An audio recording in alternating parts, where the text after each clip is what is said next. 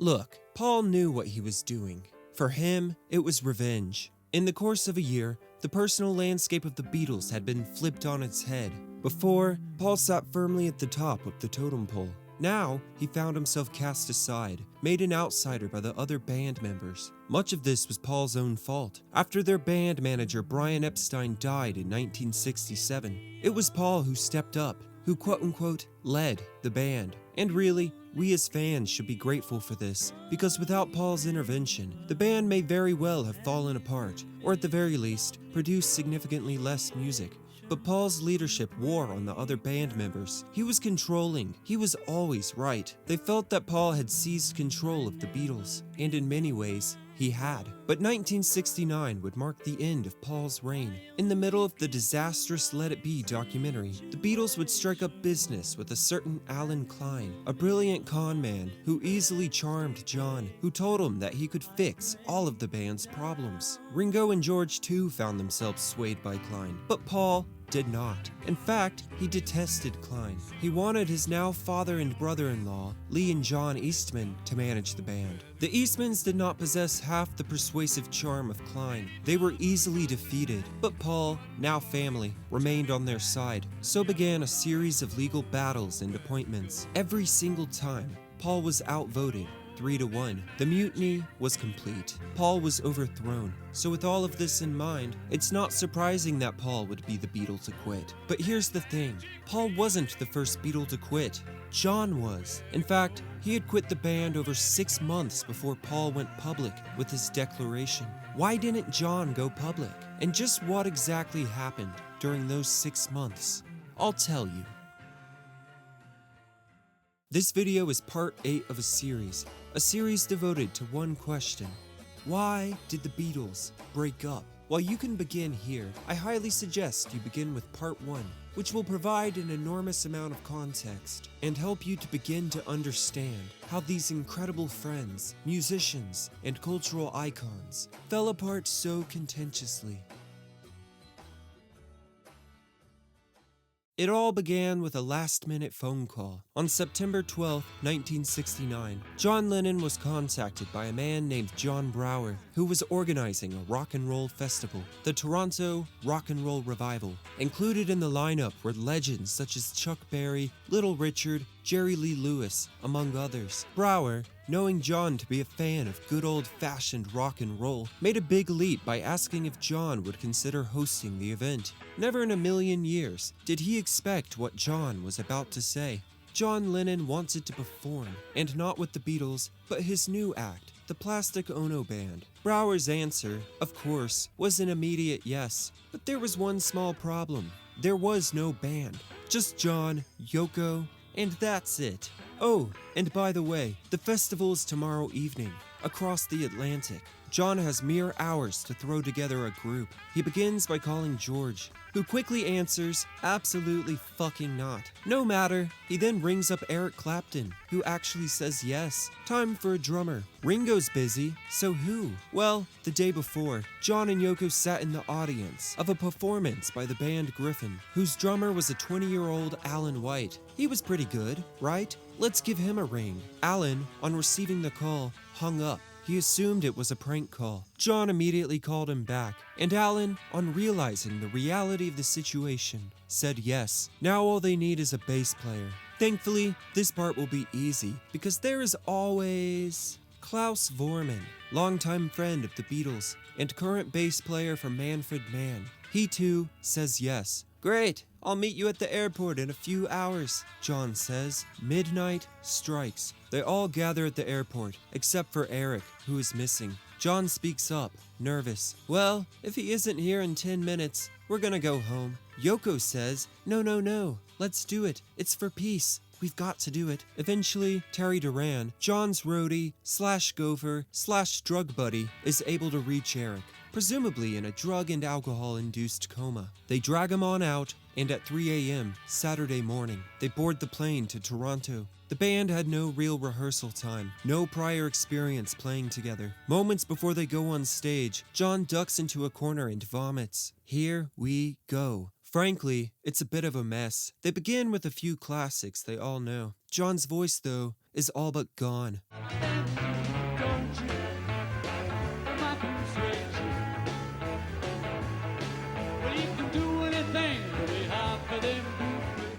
They cap off with a few originals, your blues, cold turkey, and some improvised jams featuring Yoko's signature wailing.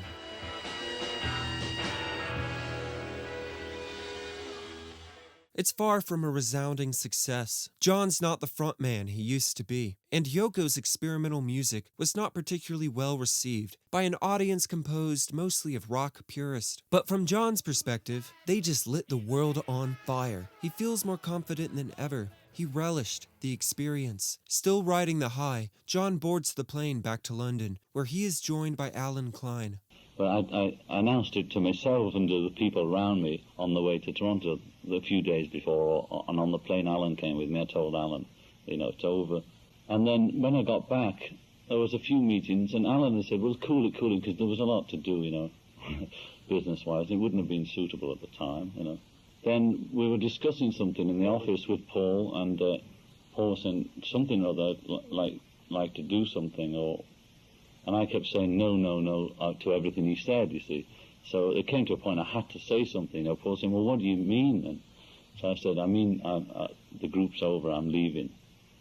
But Alan was there, he'll remember exactly, and she will. This is how I see it. Alan was saying, don't tell, he didn't want me to tell Paul even, but I couldn't help, so I told her it's out, I couldn't stop it, it came out. And Paul and Alan said, they were glad that I wasn't going to announce it, that I was going to make an event out of it. But Paul and Alan both, I don't know whether Paul said don't tell anybody, but he was damn pleased that I wasn't. He said, oh, well, that means nothing really happened if you're not going to say anything. So that's what happened. Well, I mean, like anybody when you say divorce, the face goes all sorts of colours. It's like he knew really, but this was the final thing, The days following John's decision to leave the band were a flurry of activity. For perhaps the first time in our entire saga, our two most embittered characters, Paul McCartney and Klein, were drawn to the same side. Obviously, John keeping his decision private was advantageous to everyone involved. The Beatles were at a pivotal point in a number of legal battles they were waging. If John came public with this information, it may just bring everything crashing down. But this wasn't even the half of it. Paul and Klein both, desperately in fact, hoped that John was just being impulsive, momentarily irrational, just as he had been hundreds of times before. For Klein, John's decision potentially meant the collapse of his ultimate goal, his years of work to manage the Beatles as a monolith, as the biggest act in the world, the band that seemingly printed money with every note they produced. And as far as Paul goes, does it really need to be said? He was more attached to the Beatles than anyone, and along with that, John. And the band seemed to be the only thread holding them together. Now, that line was potentially severed. John wanted a divorce. Still though, life goes on. At least business does. Just one day later, the Beatles and Klein came together again as they continued to discuss the renegotiation of their EMI contract that Klein was brokering. His months of tireless work had paid off. EMI agreed to new terms. But all of this renegotiation had been agreed to with the implication that the Beatles would be continuing to make music together. Had EMI known the truth, the negotiations would likely have gone down the drain. And unbeknownst to anyone, this meeting was to mark the end of an era. It was the very last time that the four Beatles were in the same room together.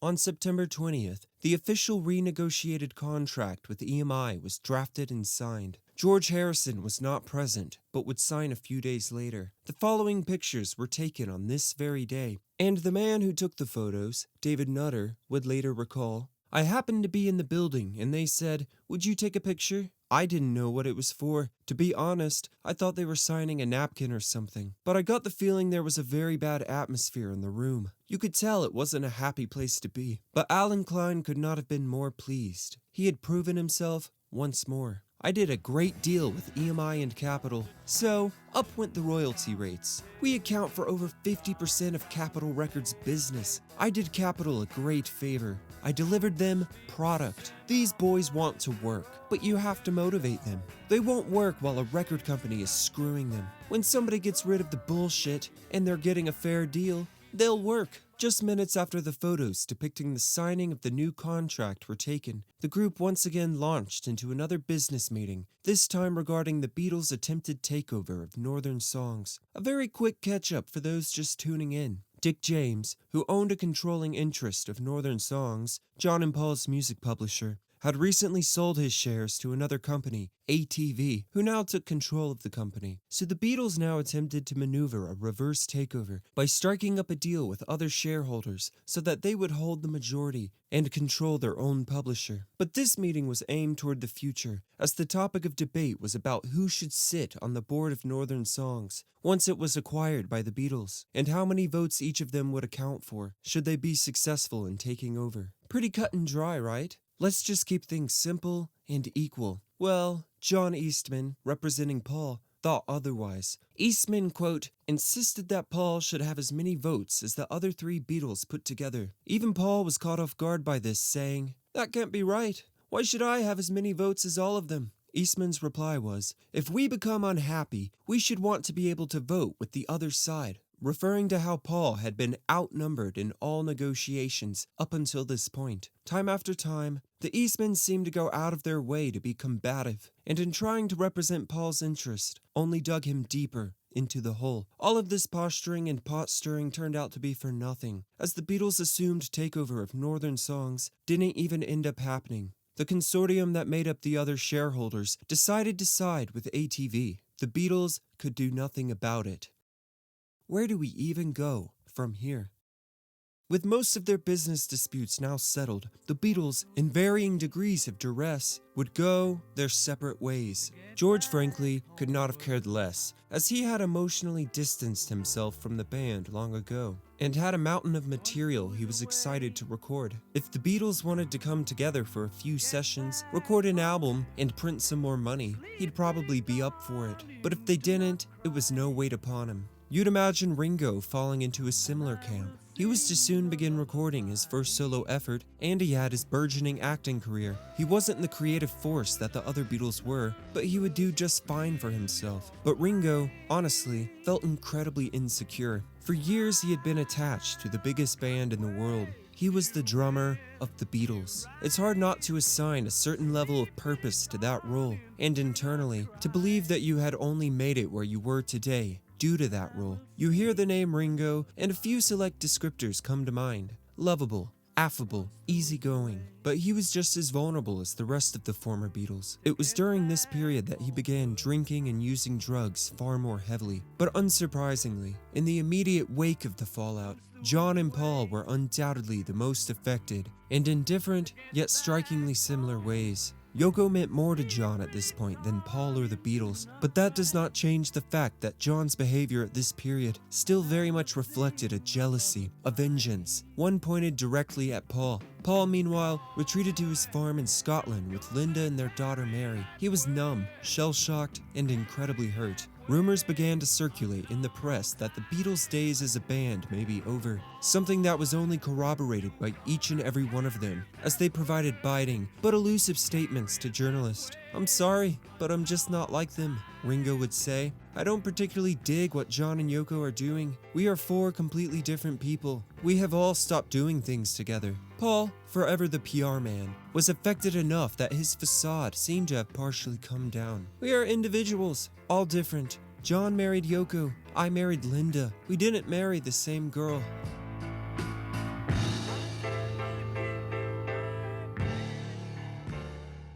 It's incredibly telling that rather than speaking on the band as a whole, or their working relationship as musicians, he instead refers to his and John's individual relationships. Kind of odd, isn't it? But despite all this, the split still wasn't definite. It wasn't public. Paul would later recall, "For about 3 or 4 months, George, Ringo, and I rang each other to ask, 'Well, is this it then?' It wasn't that the record company had dumped us. It was just a case of, we might get back together again. Nobody quite knew if it was one of John's little flings, and that maybe he was going to feel the pinch in a week's time, and say, 'I was only kidding.' Regardless, as a business entity, the Beatles were still very much connected. Although they had failed to secure control of Northern songs, there remained the dilemma of what to do with their substantial shareholding. The Beatles, rather than looking toward the future, allowed Klein to negotiate with ATV to buy the Beatles out. They'd get a nice lump of cash, but would be giving up the fight for their publishing rights. But Klein's negotiations with ATV were brought to a sudden halt when ATV received a letter from John Eastman claiming that Klein did not represent Paul in any way, which was patently false, seeing as Paul was still legally tied to the Beatles, and more so, Paul was on board with this buyout. There was a crisis meeting at Klein's apartment in Mayfair, at which Paul spoke to Eastman by telephone, scolded him for contacting ATV, and told him that he supported what Klein was doing. The deal was made. You down.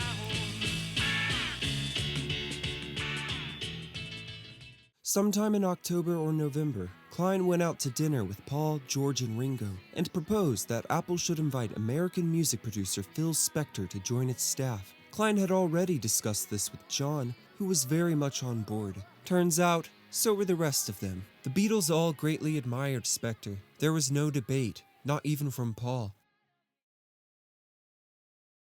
John, meanwhile, was on another planet and seemed to be experiencing a manic rush. He and Yoko conducted near-constant press, and after finishing the recording of Cold Turkey, John decided to rush on to the next Plastic Ono single. Rather than sitting down to record another track, he chose to return to two already recorded Beatles tracks, those being You Know My Name, Look Up the Number, and What's the New Mary Jane. He came into the studio to work on edits and prepare the songs for release as a Plastic Ono creation. Obviously, this never came to fruition, and one can only imagine the conversations that went on behind the scenes when the other Beatles learned what John was trying to do. In the beginning of December, John and Yoko began being filmed for what would become a television special, 24 Hours, The World of John and Yoko. But even on a show centered around John and Yoko as individuals, there was no escaping the shadow of the Beatles. At one point, John has even played a recording of the Beatles performing at the Cavern.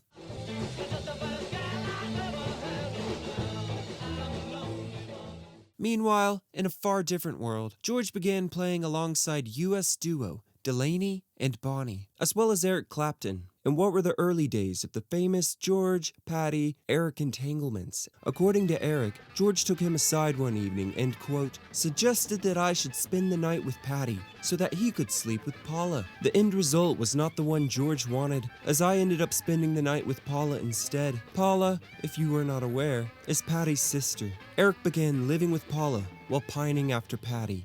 Jesus Christ. Paul McCartney, though, continued to isolate himself. There was no joy, no freedom on his part, only despair. Despite this, he was still plenty productive. Paul wrote music constantly. But as George, John, and Ringo all stepped into the spotlight, Paul stepped only further back. Somehow, though, almost unbelievably, the Beatles had not yet recorded together for the last time. The album that was to become Let It Be was not yet finished. Glyn Johns had returned to the project after a hiatus, and in December of 1969, began mixing once more. One song that appeared in the Let It Be documentary, George's I Me Mine, had not been recorded. Klein suggested that they do so. The Beatles had no great love for the project. It was simply a matter of getting it polished off so they could release it and earn some more money. On January 3rd, 1970, the Beatles again came together. Except not really. John was not present. He was in Denmark undergoing hypnosis to help him quit smoking. Paul, George, and Ringo worked a long day from 2:30 p.m. to 12:15 a.m. The next day, they came in again, this time to record overdubs for Let It Be. George would put down a lead guitar line, and then join Linda and Paul on harmonies. Ringo added some additional percussion, and then Paul a bass line, replacing John's original contribution. With that complete, Glyn Johns would present what was his second mix of the Let It Be album after his first was rejected. This second mix was also rejected. Finally, on January 8th, George would come in alone to record vocal overdubs on For You Blue. And that, ladies and gentlemen, was the last quote-unquote Beatles recording ever put to tape.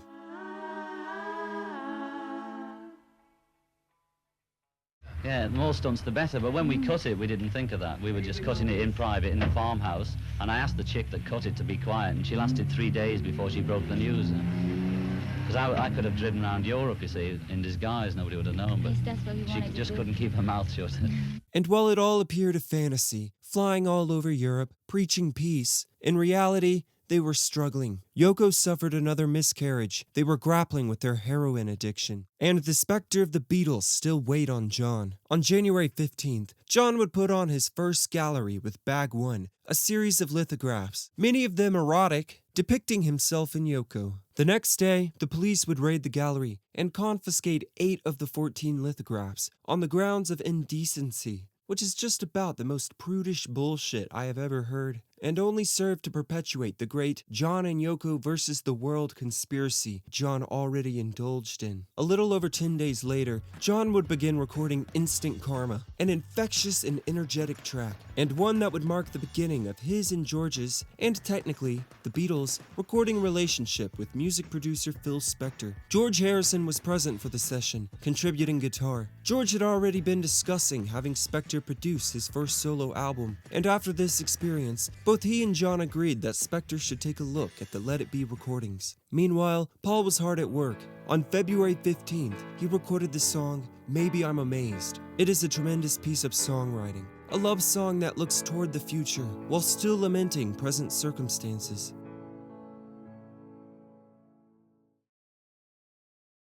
We've spent a lot of time on John and Paul's downward spiral. How about we take a moment to hear about George? I said earlier that of all the former Beatles, George was the least affected by the breakup, and that's true. But there was trouble in paradise, as he began to bump into an issue that would continue to recur throughout his life. George was very much a man of two conflicting parts. On one side, he had the spiritual, a yearning to reach a higher power, to focus on the larger questions of the universe. But on the other side, he had his immense, far more secular greed. He had recently purchased Friar Park, a vast, luxurious estate he planned to restore, and then utilize as both a recording studio and a religious temple. So he began inviting members of the Krishna temple to stay with him. As you could imagine, George's wife Patty didn't love this. He became increasingly obsessive about meditating and chanting. He would do it for hours. And after all this chanting, George would then fulfill himself in a much different manner. Patty continues, as if the pleasures of the flesh were too hard to resist, he would stop meditating, snort coke, have fun flirting and partying. I didn't want to chant all day. George did it obsessively for 3 months, then went crazy. John too seemed to be losing his mind, grasping for something to hold on to. This again resulted in a search for a quote-unquote guru, someone to lead him, to fix him. For a very brief moment, he became enamored with black revolutionist Michael X, eventually resulting in a strange and surreal gesture between the two, wherein John handed Michael X a bag of his recently shorn hair, and Michael X handed John a pair of blood-stained shorts worn by Muhammad Ali.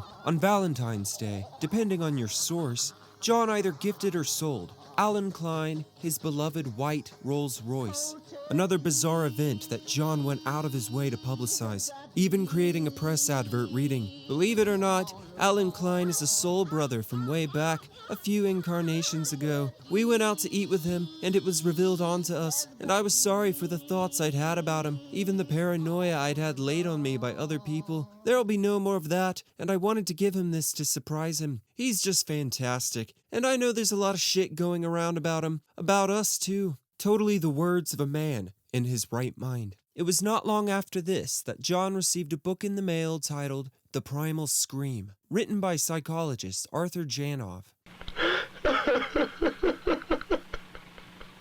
This is a group session in primal therapy. The idea is to go back, uncover the hurts of childhood, relive them, and free the real you. Psychologist Arthur Janov believes that in his primal therapy, people become themselves and stay themselves, that it is the only cure for our neurosis. John became obsessed and sought Janov out. He immediately called him and asked him to come to England. By mid-March, he was living at John's home, encouraging John to scream for his mother's love. This patient is beginning to have a primal, reliving old pain from the past. She's on her way to getting in touch with her real feelings, her real self. There is no separation, She will think what she feels, feel what she thinks. John had about as much pain as I've ever seen in my life, Janov recalled. He was a very dedicated patient, very serious about it. Ringo's solo debut was scheduled to release on March 27th. That's all fine and well, but Paul too had an album to release, one that he wished to release as soon as possible. Paul brought the album into Apple offices in late March. He had assumed that as a co-owner of the entire business, that he'd pretty much be able to release his album whenever he pleased. It all started out innocently enough. After Paul declared that he intended to issue the album on April 10th, Neil Aspinall asked if he wouldn't mind delaying the release by just a week, so as not to overshadow Ringo's recent release. Paul was completely fine with this. At the same time, Phil Spector, having been given permission to produce and remix Let It Be, had just recently finished his work. The Let It Be film was scheduled to release on April 28th, and so Klein decided it would be most fitting to release the album just before the film, on the 24th. But this meant that it would hit the public just a week after Paul's debut effort, which could potentially affect the sales of both LPs. That simply would not do. But it should be simple enough to sort out, right? Just delay one or the other, and things will be fine. For Klein, it was simple. Let It Be was a multimedia package, film and LP. It would not make sense to delay the LP, to not release it alongside the film, which meant, sorry Paul, your solo album will have to wait just a bit longer. In an alternate reality, one in which there had not been a year of war between Paul, Klein, the Eastmans and the other Beatles, Paul, ever pragmatic, would have undoubtedly agreed with this. It just made sense. But in this reality, it was an affront. Another example of Klein and the other former Beatles wielding their power over Paul. This would become the straw that broke the camel's back. Paul wasn't speaking to the others. They weren't speaking to him. There was no personal dialogue, no coming to a rational agreement. George would write the following letter to Paul, sealed in an envelope reading, "From us to you. Dear Paul, we thought a lot about yours and the Beatles LPs and decided it's stupid for Apple to put out 2 big albums within 7 days of each other. So we sent a letter to EMI telling them to hold your release date until June 4th. We thought you'd come round when you realized that the Beatles album was coming out on April 24th. We're sorry it turned out like this. It's nothing personal. Love, John and George. Hare Krishna." Initially, the letter was left at the Apple reception desk. Some poor secretary would have the privilege of handing it to Paul. But Ringo, to his credit, decided this was far too impersonal, too cold. He decided that he would visit Paul at home and deliver the letter himself. It could not have gone any worse. In a 1971 affidavit, Ringo would recall the following: "I went to see Paul. To my dismay, he went completely out of control, shouting at me, prodding his fingers towards my face, saying, 'I'll finish you now,' and 'You'll pay.' He told me to put my coat on and get out. I did so." And Paul would later say, "They eventually sent Ringo round to my house at Cavendish with a message. 'We want you to put your release date back. It's for the good of the group,' and all this sort of shit. And he was giving me the party line. So I did something I'd never done before, or since. I told him to get out. I had to do something like that in order to assert myself, because I was just sinking. Linda was very helpful. She was saying, 'Look, you don't have to take this crap. You're a grown man.' I was getting pummeled about the head, in my mind anyway." As a result of this tirade, Paul was the immediate victor. His album's release date of April 17th remained unchanged. Instead of simmering down though, Paul decided to escalate things even further. The very next day, he had John Eastman write United Artists, the producers of the Let It Be film, to inform them that Paul had not yet agreed that the film should be released, and that they should not trust Klein's words. The past year had shaken Paul to his core, changed him fundamentally. "I was going through a bad time," he recalled. "What I suspect was almost a nervous breakdown. I remember lying awake at nights, shaking." Derek Taylor, as press officer for Apple, rang Paul, asking if he was ready to promote the album and speak to journalists. "I can't deal with the press. I hate all those Beatles questions," Paul said. So Paul suggested that Derek simply send his own list of questions, and Paul would answer those. This is Paul's story at least. Derek Taylor says that the list of questions Paul ended up answering for the press were entirely of his own invention. Paul wrote the questions, and Paul answered them. He was only supposed to write out information explaining how he made his album, Derek said. Instead, he hands us this interview with himself asking questions. It was entirely gratuitous. It was Paul's turn to be petty, to throw barbs. And boy, did he. Will Paul and Linda become a John and Yoko? No, they will become Paul and Linda. Will the other Beatles receive the first copies? Wait and see. Is it true that neither Alan Klein nor ABKCO will be in any way involved with the production, manufacturing, distribution, or promotion of this album? Not if I can help it. Did you miss the other Beatles and George Martin? Was there a moment when you thought, wish Ringo was here for this break? No. Are you planning a new album or single with the Beatles? No. Is this album a rest away from the Beatles or the start of a solo career? Time will tell. Being a solo album means it's the start of a solo career, and not being done with the Beatles means it's a rest. So it's both. Is your break with the Beatles temporary or permanent, due to personal differences or musical ones? Personal differences, business differences, musical differences. But most of all because I have a better time with my family. Temporary or permanent? I don't know. Do you foresee a time when Lennon-McCartney becomes an active songwriting partnership again? No. What do you feel about John's peace effort, the Plastic Ono Band, giving back the MBE, Yoko's influence? Yoko? I love John and respect what he does. It doesn't give me any pleasure. What is your relationship with Klein? It isn't. I am not in contact with him, and he does not represent me in any way. What is your relationship with Apple? It is the office of a company which I part own with the other Beatles. I don't go there because I don't like offices or businesses, especially when I'm on holiday. What are your plans now? A holiday? A musical? A movie? Retirement? My only plan is to grow up. He returned the script to Derek Taylor, who raised an eyebrow. But at the end of the day, Paul was his boss. It was sent out to the press. And it would be Don Short, a friend and former press journalist to the Beatles, who would break the news. The headline read, "Paul is quitting the Beatles." Do you think the Beatles are finished? No, I don't. Why not? They'll never be finished. They're too good to ever finish. But Paul McCartney has said that he's leaving the group. Rubbish. Well, if he leaves them, that's it. They'll go on without him. You think the Beatles can continue, just the three of them, without Paul McCartney? I don't know. It's possible. I think it's possible, yeah. Well, why do you think Paul is leaving? Do I have to say? I don't know. I don't think anybody knows why he's leaving. I think there's lots of trouble with Alan Klein, that sort of thing. And he's not getting his own way. Maybe that's it, He likes his own way. He does, yeah. Why do you think Paul McCartney is leaving? Why? Don't really know why. The only person I can really blame or put anything on is Linda. All of us. All of us, really. Is Linda Eastman. Who's Linda Eastman? Technically, she's supposed to be Paul's wife, but she's his ruler, his guardian. She says he jumps. Why, I don't know. I wish I did. But it's just too bad. A genius like that, the man that he once was.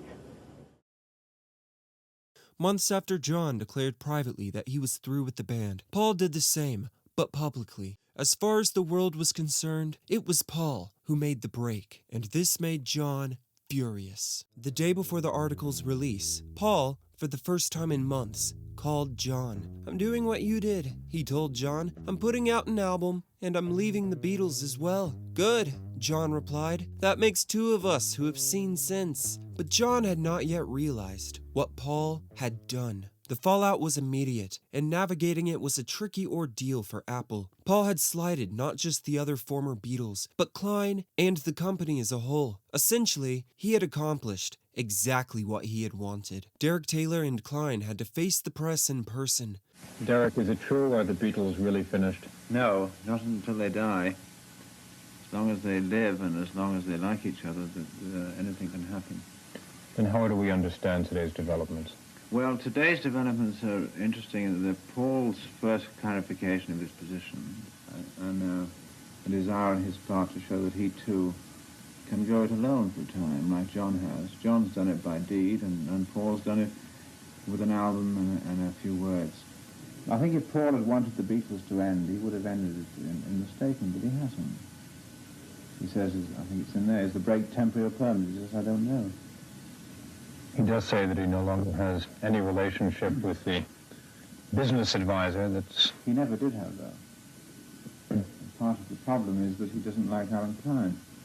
And Klein would say, I like Paul. We've had many meetings, but it's never pleasant when someone appears not to like you. I think his reasons are his own personal problems. John, externally, responded well to the news, remarking to the press, I was happy to hear from Paul. It was nice to find that he was still alive. Anyway, you can say I said jokingly, he didn't quit. I sacked him. But Paul found no solace, no peace in his announcement. In the weeks that followed, he grew only more and more restless. Earlier in the month, each of the Beatles had been sent an acetate of the Phil Spector produced and remixed Let It Be recordings. After they had found Glyn John's work unsatisfactory, all the Beatles gave a yes, even Paul, if somewhat reluctantly. But here, less than 2 weeks later, Paul found that he was no longer satisfied. On April 14th, 4 days after his announcement, Paul attempted to call Klein. When he was told Klein wasn't there, he instead had the following letter delivered to the office. Dear Sir, in future no one will be allowed to add or to subtract from a recording of one of my songs without my permission. I had considered orchestrating the long and winding road, but I decided against it. I therefore want it altered to these specifications. 1. Strings, horns, voices, and all added noises to be reduced in volume. 2. Vocal and Beatle instrumentation to be brought up in volume. 3. Harp to be removed completely at the end of the song, and original piano notes to be substituted. 4. Don't ever do it again. Paul, put in modern terms, was crashing out. Days after this, he publicly complained about Spector's work, saying to journalists, No one asked me what I thought. I couldn't believe it. I would never have female voices on a Beatle record. But Paul had apparently forgotten recording his wife Linda's vocals to the song Let It Be just a few months earlier, or the fact that both Yoko and Patty contributed small bits of vocals to the White Album. While there can be no doubt to the fact that Paul was correct in his mistrust of Klein, and that the other 3 former Beatles ended up finding themselves suckered, what we will continue to see demonstrated was that when it came to the actual, quote, breakup of the Beatles as it occurred publicly, Paul was as petulant, as incendiary as he possibly could have been. Paul had assumed that with being a co-owner of Apple, that his demands for his track, would be executed. And really, they weren't that unreasonable. Turn down the volume on the strings, get rid of the harp. No biggie. But at this point, it was just a game of back and forth. The answer to Paul's request was no. Paul again went to the press, but this time tried a different approach. We are beginning now to only call each other when we have bad news. We're all talking about peace and love, but really, we're not feeling peaceful at all. There's no one to blame. We were fools to get ourselves into this situation in the first place. If Paul was in some way trying to reach his former bandmates with this statement, to apologize in some sideways manner, then his attempt fell on completely deaf ears. John and Yoko flew to Los Angeles to pursue their primal scream therapy with even greater fervor. George Harrison boarded the same flight, planning to meet with Bob Dylan. And it was while in the U.S. that George would say the following, responding to a question as to whether the Beatles were really finished. We all have to sacrifice a little in order to gain something really big. And there's a big gain by recording together, I think musically and financially and spiritually. I think that Beatle music is such a big sort of scene that I think it's the least we could do to sacrifice 3 months of the year, at least, just to do an album or 2. I think it's very selfish if the Beatles don't record together.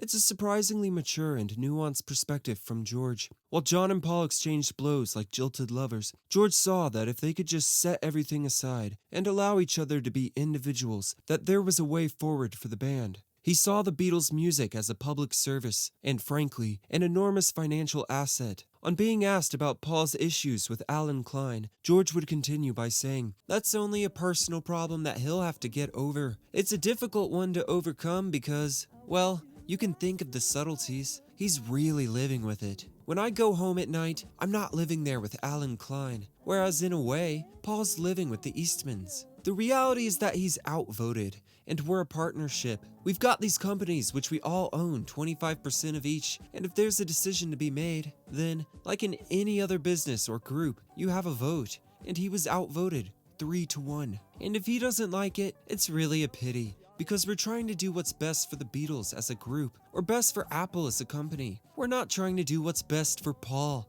and his in-laws."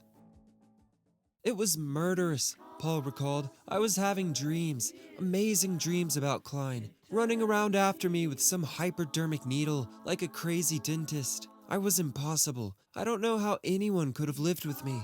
For the first time in my life, I was on the scrap heap, in my own eyes. It was just the feeling, the terrible disappointment of not being of any use to anyone anymore. I was really done in for the first time in my life. Until then, I really was a kind of cocky sod. It was the first time I'd had a major blow to my confidence. Paul was spiraling. He had lost any iota of control. Control over himself, control over Apple, over the Beatles. And in his mind, there was only one way out. A complete and definitive legal separation. To sever all ties, personal and business. He didn't want any part of the others, or of Apple. He wanted out.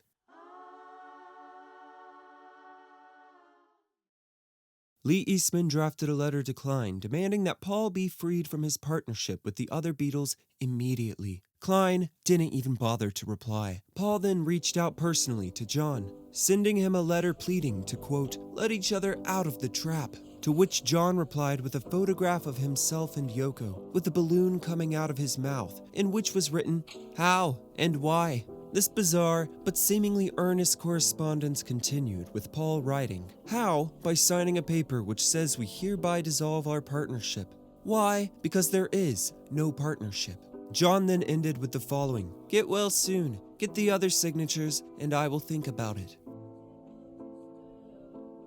Paul's debut album, McCartney, released to good numbers. Critically, however, the album was not particularly well received, if only due to extraordinarily high expectations. This was Paul's debut, and the public expected something far more ambitious, a statement piece, and instead received what was both a gasp of frustration and an exercise in self-soothing. Let It Be, once it did finally release on May 8th, easily shot to number 1, but still was perhaps the least well-received work the Beatles had ever released. The film, too, garnered little praise. The stain of their demise was all over the work, and the Beatles were not the only ones to find themselves stained. Alan Klein's behavior was slowly but surely catching up to him, the entity of which Klein lorded over Apple and the Beatles, being his own conglomerate, ABCO, found itself on precarious ground.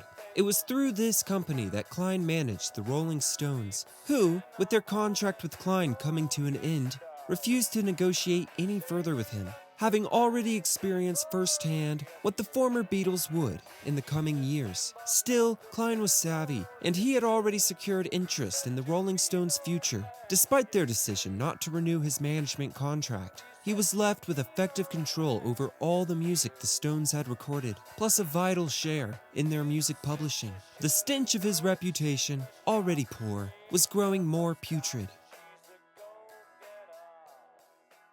Over the next few months, both George and John would retreat into the recording studio, where through music, they would begin to air out their pain, their frustration with the Beatles' experience. George was especially prolific, even disregarding how much material he had already built up. There was Wah Wah, written during his short break from the band during the Let It Be sessions. Isn't It a Pity appears to lament the band's demise, but was apparently written all the way back in 1966. Then there's Run of the Mill, which seems to revolve entirely around his insecurities and frustrations, with presenting his songs to John and Paul. John's frustrations were even less obscured, as he closed his song, God, with the lyric, "Don't believe in Beatles." John's backing for Plastic Ono Band was made up of familiar faces. Ringo was there on the drums. Klaus Voormann picked up the bass. Even Billy Preston popped in for quite a few numbers. As a result of his primal scream therapy, John was an emotional wreck. Ringo recalled that, quote, suddenly we'd be in the middle of a track and John would just start crying or screaming, which freaked us out at the beginning. And Klaus would say, he was very vulnerable in a way. Very up and happy a lot of the time, but really emotional, crying a lot. He was still living those experiences out. He would cry in the control room, listening to the songs, talking to Yoko, remembering the kind of things in the lyrics. Ringo was very sad. The old John had gone. It was a different John. John's struggles would only continue. On the day of his 30th birthday, his father, Alf Lennon, appeared unannounced with his teenaged wife and new child. John did not tolerate his presence, and even threatened to have him killed. Yes, really. During the last few months of 1970, the former Beatles began to tiptoe around each other. At one point, John, Paul, and George were all in New York City at the same time. Paul and George even met up, a rendezvous that was apparently going pretty smoothly, until Paul brought up to George his desire to leave Apple. George apparently responded, "You'll stay on the fucking label. Hare Krishna." Paul and John arranged a meeting as well, but at the last minute, Paul cancelled. Just as well, John said, because he wasn't planning to turn up anyways.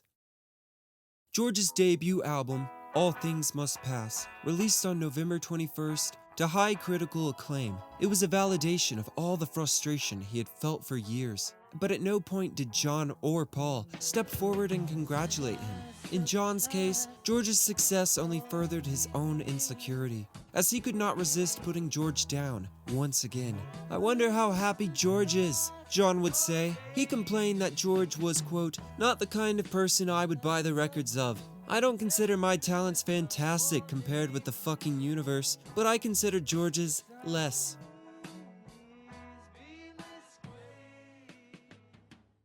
Once Klein got word of Paul trying to break from Apple, trying to escape from under his thumb, he quickly sprang into action. There was no way he was going to allow this to happen. It would only serve to weaken the company. He conveyed this point with great emphasis to the other three, and quickly began maneuvering, triangulating efforts against Paul on personal fronts, anything he could do to ensure that Paul had no case, no right to demand separation. And the first plan he hatched was designed to take advantage of Paul's supposed desire for the band to come together again. John would recall, "Paul would have forfeited his right to split by joining us again. We tried to con him into recording with us too. Alan came up with this plan. He said, 'Just ring Paul and say, we're recording next Friday. Are you coming?' But Paul would never do it for anything." On December 8th, John would be interviewed by Jan Winter for Rolling Stone. It is both extremely candid and extremely distorted, marred by John's resentments. And despite the original purpose being to promote the upcoming Plastic Ono LP,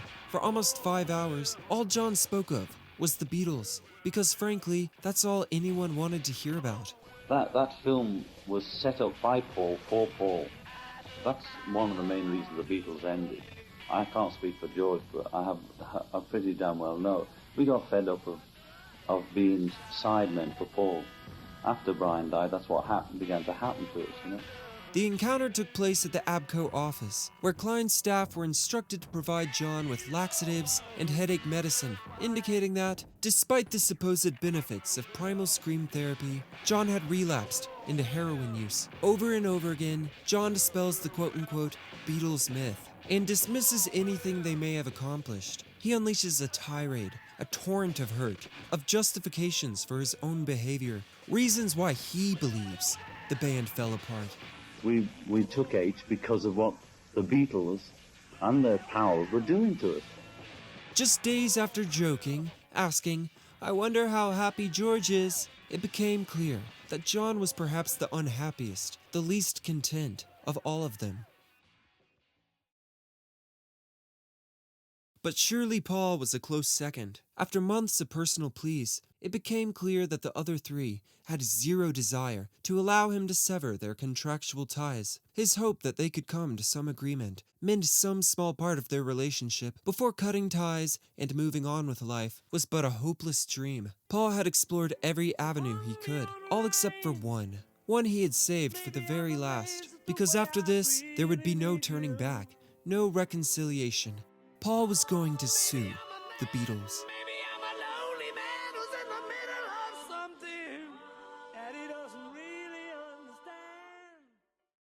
On December 31st, 1970, Paul's legal advisors filed a writ at the London High Court, declaring that the Beatles' partnership should be dissolved. Paul also wanted Klein's control over the partnership's affairs to be restricted, and an official receiver appointed to safeguard the Beatles' collective earnings. Paul was the plaintiff, and playing the role of defendants were John, George, Ringo, and the company that Paul had conceived and once controlled.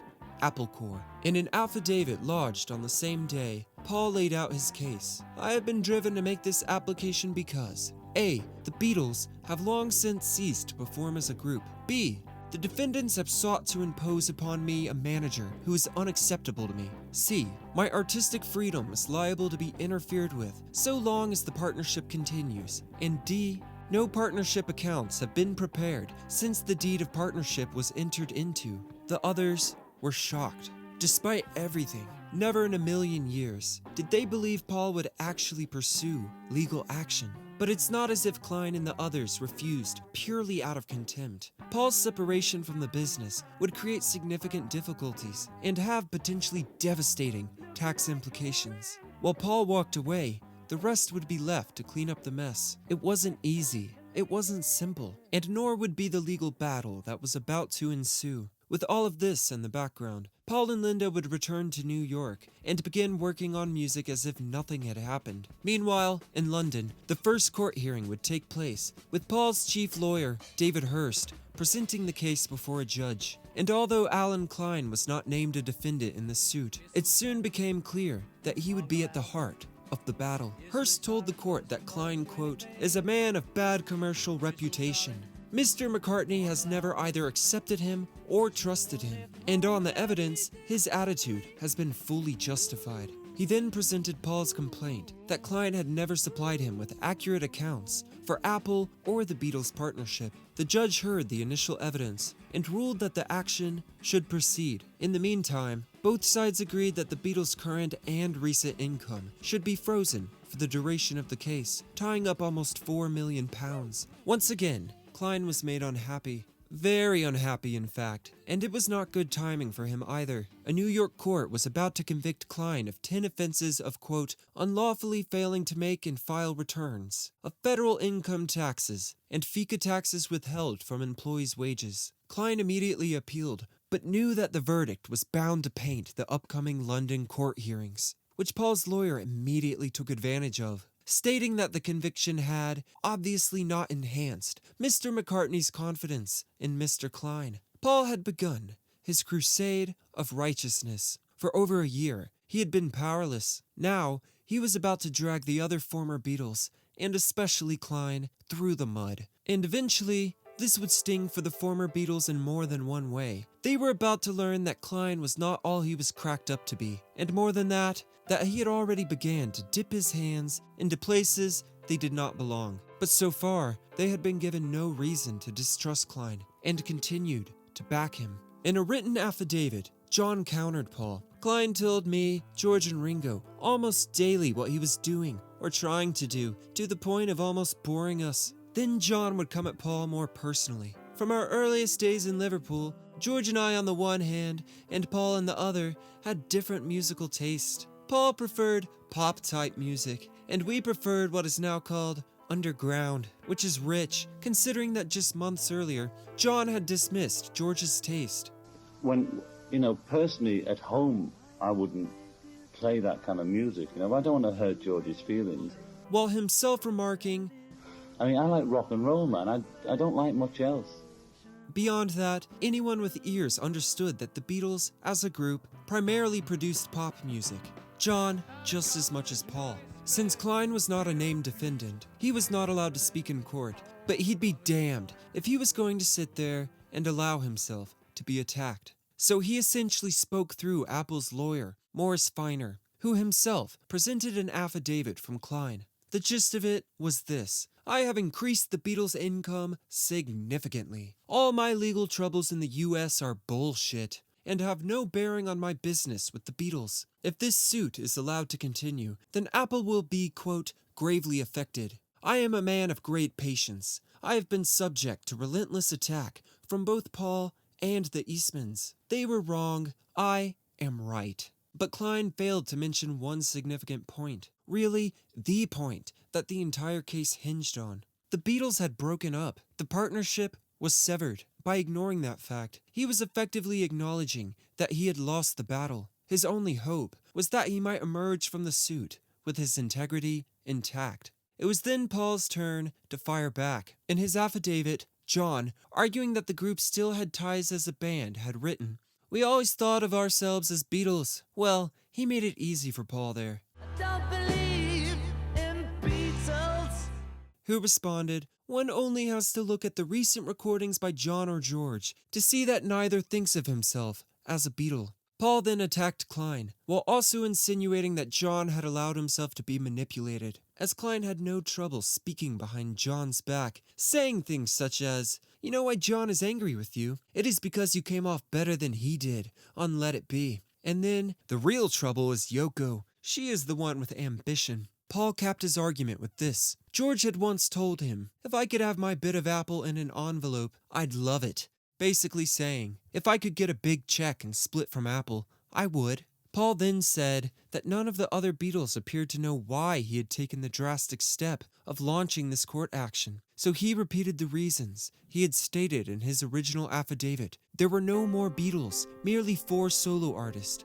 Apple's accounts were in disarray, and none of the group knew what his tax liability might be. These were the issues that underlined his case, and none of the others had even attempted to answer them. Turns out, this was not a complex case. The verdict was delivered on March 12th. The judge stated the following: Apple is not, as it were, a Frankenstein set up to control the individual partners. It would be unjust for McCartney to be forced to remain in such a restrictive situation. Equally intolerable was the idea that McCartney should submit to Klein's management, especially as the American had received grossly in excess of what his work deserved, contradicting Apple's claim that he had actually taken less commission than he was owed. This, the judge said, reads to me like the irresponsible patter of a second-rate salesman. Klein's testimony carried the flavor of dishonesty and was in part untrue. It was a damning conclusion.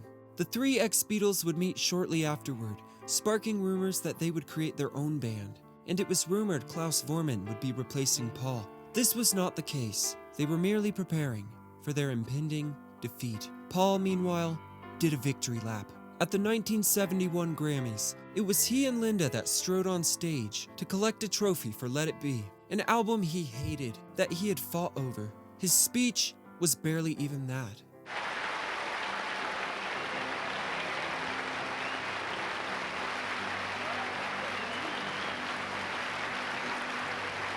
Thank you.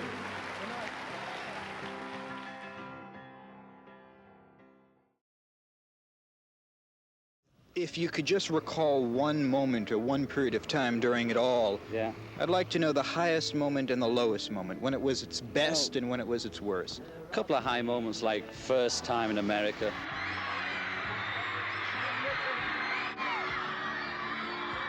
Hearing us on every channel, on, 10 records in the charts or whatever it was. Another high moment was Australia. It's funny, but there was more people came to see us there than anywhere. I mean, it looked like, I think the whole of Australia was there. Low moments are those moments like when Brian died, things like that, which are just, we weren't ready for it. Suddenly finding ourselves on our own. You happier now, do you think, than during all those years? I'm basically the same, I've had a bit more experience, so maybe I can deal with it maybe 1% better. But I'm pretty much the same, just older. Since the split, each one of the Beatles has gone his own way and has enjoyed a tremendous amount of popularity, but still the question, will they ever team up again? It's quite possible, yes. I don't know why the hell we'd do it, but it's possible. Would you like that to happen? If it happens, I'll enjoy it.